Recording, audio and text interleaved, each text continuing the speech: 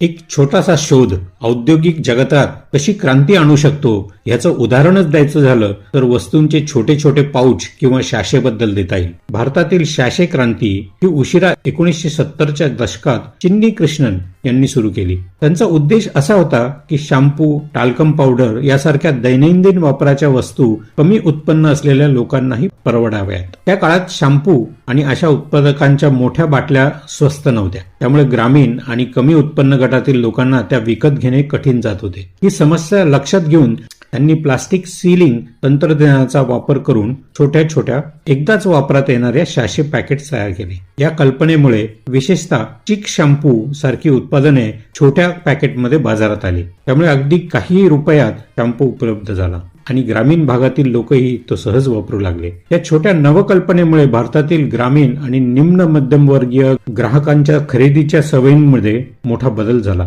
जी उत्पादने पूर्वी चैनीची वस्तू मानली जात होती ती आता लाखो लोकांच्या रोजच्या वापराचा भाग बनली आहे. आज हीच संकल्पना दैनंदिन वापराच्या सगळ्याच वस्तूंसाठी वापरली जाते. तुम्हाला माहित होतं का हे?